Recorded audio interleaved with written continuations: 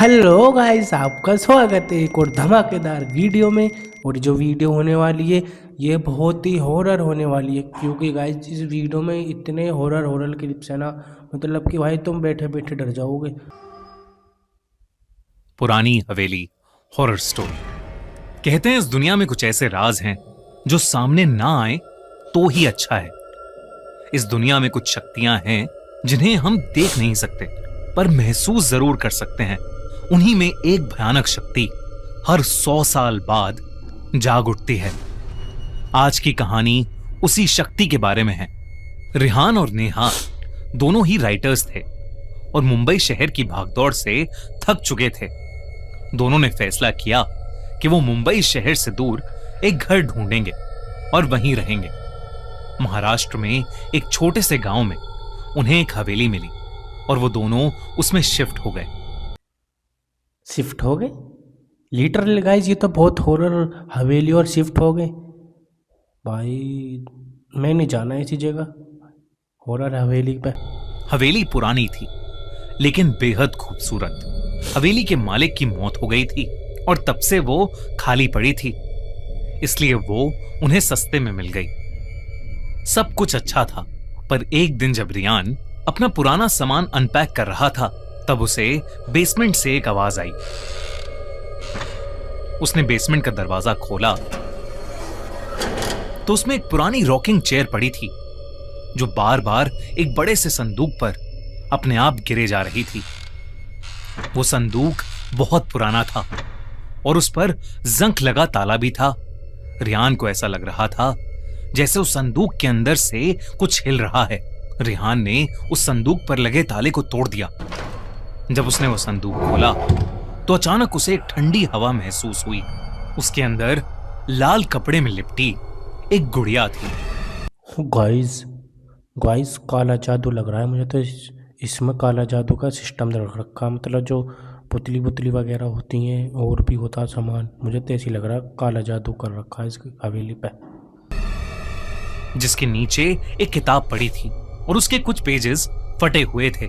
उन पेजेस पर लिखा था, त्रिगोरी छूना मत, ये गुड़ियां आत्माओं को आकर्षित करती है। पर रियान खुद को रोक नहीं पाया। उसने उस गुड़िया से वो लाल कपड़ा थोड़ा सा हटाया। गुड़िया की आंखें सफेद थीं और शरीर काला। उस गुड़िया में कुछ अजीब सी बात थी, इतनी कि रिहान उस गुड़िया समेत उस संदूक को ऊपर अपने स्टडी रूम में ले गया। लेकिन इस घटना के तुरंत बाद रिहान की जिंदगी पूरी तरह से बदल गई। रिहान को पूरी रात अजीब सी आवाजें आती रहीं, जैसे कोई दर्द में चीख रहा है, उसे बुला रहा है। तो गाइस अपनी मौत है ना अपने हाथों में लिया है ये। पता नहीं अब इसके साथ क्या होएगा, देखते हैं चलो। लेकिन जब जब वो आंख खोलता तो कमरे में उसके और उसकी वाइफ नेहा के अलावा कोई नहीं होता।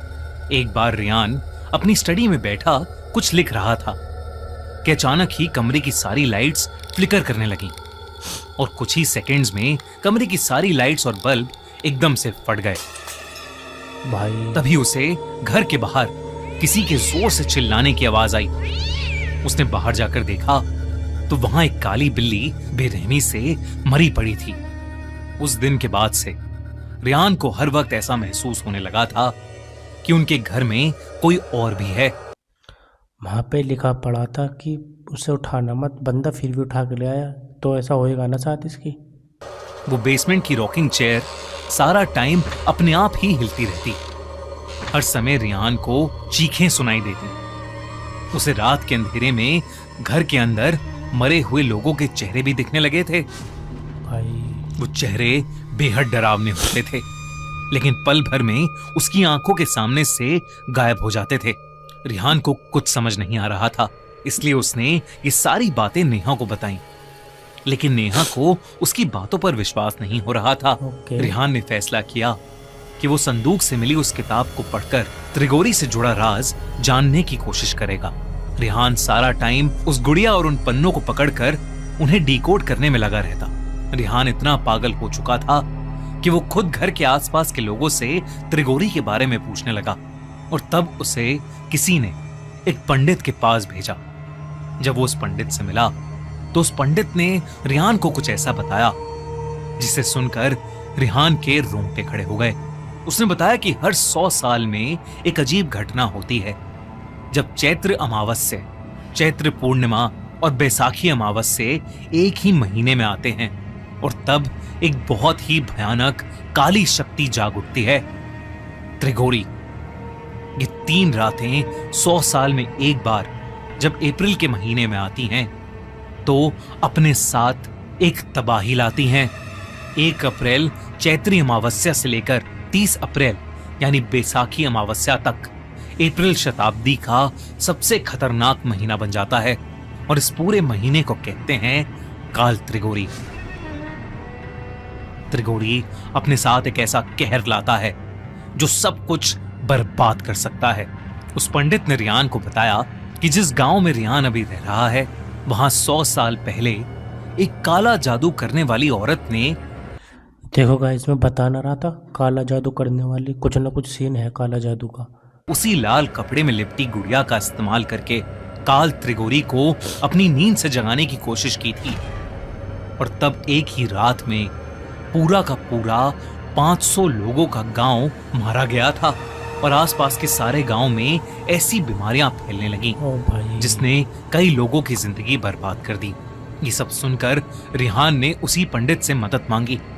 उस पंडित ने रिहान को 2 काली बिल्लियां दी और कहा कि वो अगले 2 दिन में उसके घर आएगा और त्रिगोरी को शांत करेगा। रिहान पूरा दिन घर में उस पंडित के बताए शुद्धिकरण के नुस्खे आजमाता रहता और उन काली बिल्लियों को 24 घंटे अपने पास रखता।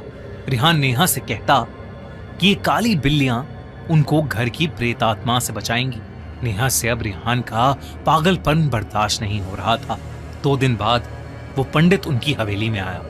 पूजा का सामान देखकर ही रिहान और नेहा की रूह कांपने लगी, क्योंकि उसमें इंसानी खोपड़ी, मरे हुए जानवर, भाई क्या क्या सामान लिया है ये, मांस, इंसान खोपड़ी, लिटरली भाई मुझे तो देखते डर लग रहा है इसे, कुछ ज्यादा खौफनाक होने वाला है अब। और ऐसी ही बेहद अजीब अजीब चीजें थीं। लेकिन उस पंडित ने रिहान को हिम्मत रखने को कहा। उसने हाथ में एक लाल कपड़ा लिया और उस लाल कपड़े से उस गुड़िया को निकाल के पूजा स्थान के बीचों बीच रख दिया। पंडित ने देरी ना करते हुए पूजा शुरू की और मंत्र आवाहन से काल त्रिगोरी को शांत करने की कोशिश करने लगा। पूजा शुरू करते ही रिहान को बहुत तेज दर्द में किसी की चीखें सुनाई देने लगी। तभी रिहान और नेहा ने देखा कि गेट की दीवार के अंदर से एक बहुत ही डरावनी 10 फीट लंबी परछाई निकली है जो उनकी तरफ आ रही है। जैसे जैसे वो परछाई उनकी तरफ आ रही थी वैसे वैसे घर की सारी लाइट्स अपने आप फूटती जा रही थीं। तभी एकदम से बहुत ही तेजी से दरवाजा खुला और वो परछाई घर के अंदर आकर हवा में कहीं गायब हो गई और तभी घर की सारी चीजें हिलने लगीं। वो बिल्लियां आपस में एक दूसरे से इतनी बुरी तरह लड़ने लगीं कि उन्होंने एक दूसरे को नोच काट भाई आपस में लड़ रही है बिल्ली जो पंडक ने दी ही।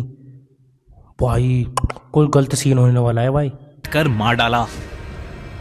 नेहा को अपनी आंखों पर विश्वास नहीं हो रहा था। उसे लगा कि ये सब उस गुड़िया की वजह से हो रहा है, इसलिए उसने हड़बड़ी में बिना लाल कपड़े के उस गुड़िया को उठाया और उसे काट कर जला दिया। ये देखते ही वो पंडित कांप उठा।